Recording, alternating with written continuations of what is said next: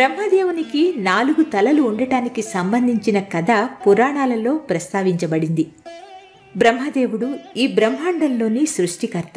దేవతలు, మనుషులు, ఇతర ప్రాణులు అన్నీ ఆయన సృష్టి.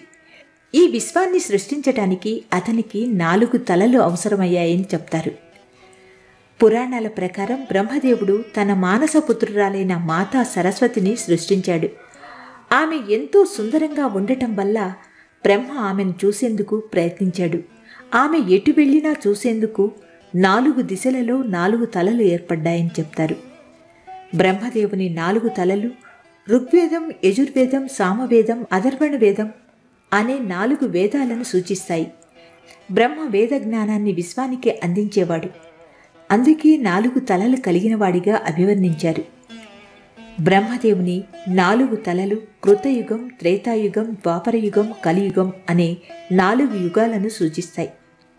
పురాణ కథ ప్రకారం బ్రహ్మదేవునికి మొదట 5 తలలుండేవి. కానీ బ్రహ్మ తన సృష్టి పట్ల గర్వంతో ప్రవర్తించాడని, శివుణ్ణి తక్కువగా చూడటానికి ప్రయత్నించాడని చెప్తారు. అందుకే శివుడు తన త్రిశూలంతో 5వ తలను నశింపచేశాడని స్కాంద పురాణం, లింగ పురాణం చెప్తున్నాయి.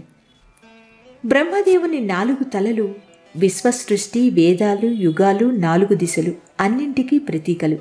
పురాణాల ప్రకారం ప్రతిదీ లోతైన ఆధ్యాత్మిక అర్థాన్ని కలిగి ఉంటుంది.